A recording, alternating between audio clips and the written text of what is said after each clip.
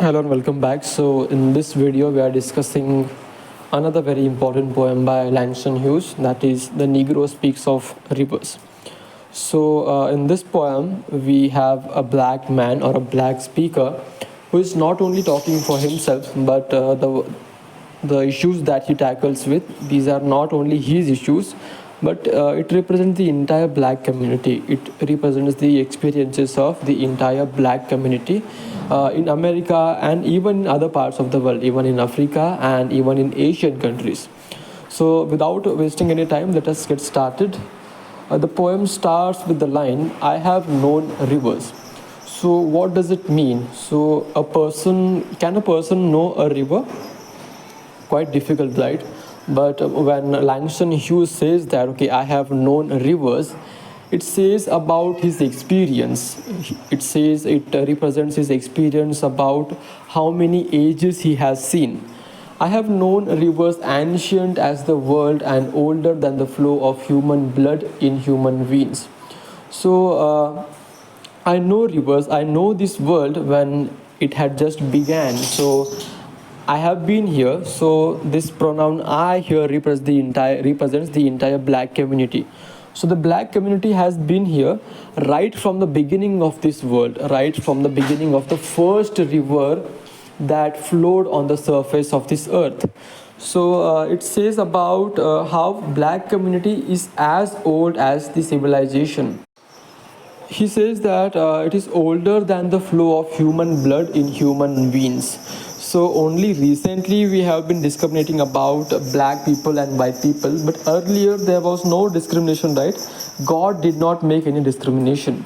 So as long as there was blood in human veins, black people were there. They were always there. In the next line, he says, my soul has grown deep like the rivers.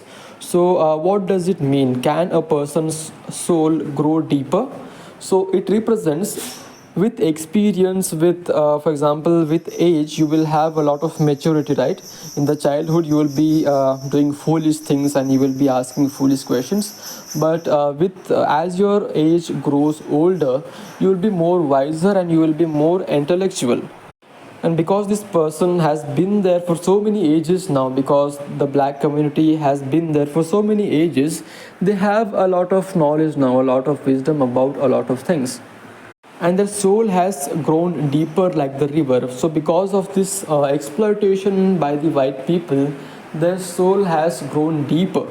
So this line also represents the vastness of black community. We consider that black community is again a minority and all those things. But if you count the entire black community which is spread over all around the world, the black community becomes a major chunk of the world's population. So they are not a minority and they have a lot of power. Their culture is again no less than any other culture. So they are equal human beings and equal owners of this earth. So in the next line, he says, I bathed in the Euphrates when dawns were young. I built my hut near the Congo, and it lulled me to sleep. I looked upon the Nile and raised the pyramids above it. I heard the singing of Mississippi when Abe Lincoln went down to New Orleans, and I have seen its muddy bosom turn all golden in the sunset.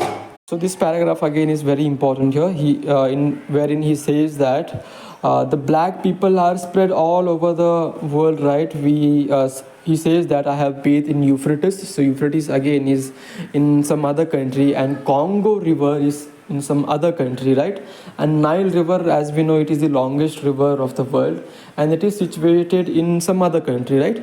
So the black people are all over the world and they have seen all these rivers. So it means that the exploitation of black people, it was uniform. So it was not only that only American people exploited black people. It was not like that, okay? All kinds of white people who considered themselves as superior to black people, they exploited the blacks in every manner possible. And because of this exploitation all over, the black community knows all kinds of exploitations now. They know all kinds of rivers. They have experience of all kinds of rivers and all kinds of cultures. So this line, specifically this line, I heard the singing of Mississippi when Abe Lincoln. So Abe Lincoln here is nothing but Abraham Lincoln, went down to New Orleans, and I have seen its muddy bosom turn all golden in the sunset.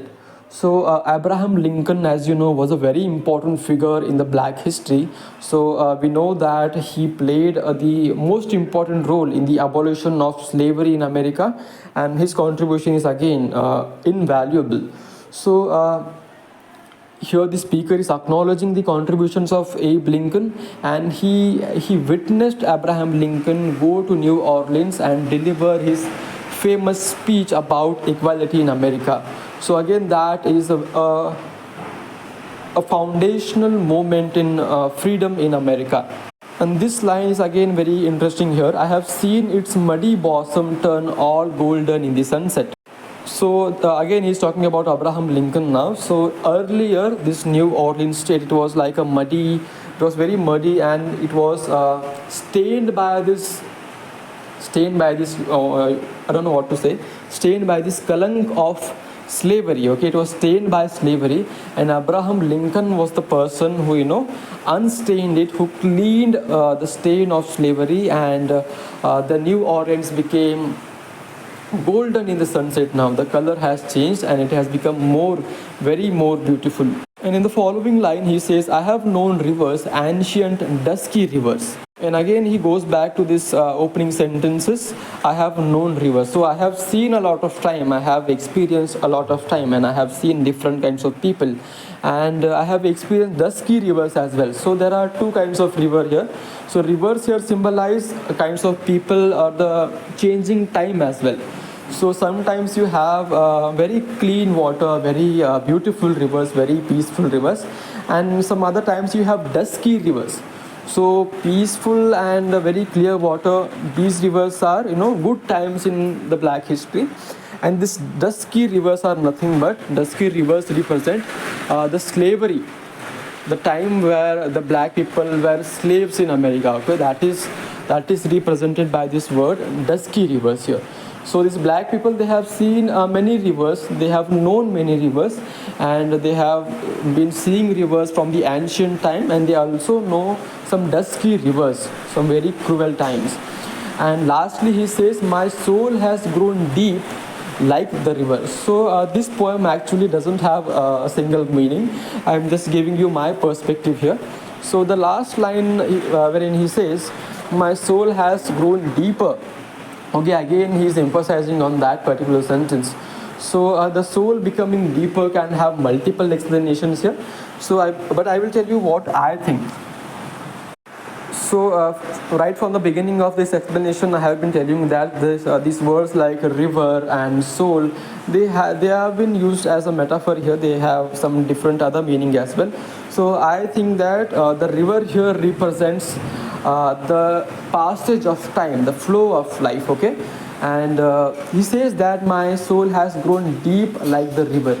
So because of all these experiences, because of the rich history of America, so there's one more angle here. He's saying that, okay, I have been here from the beginning of the time. It also represents that the black people were there, and as a result of some scientific research also, we know that the first human beings were from Africa, right?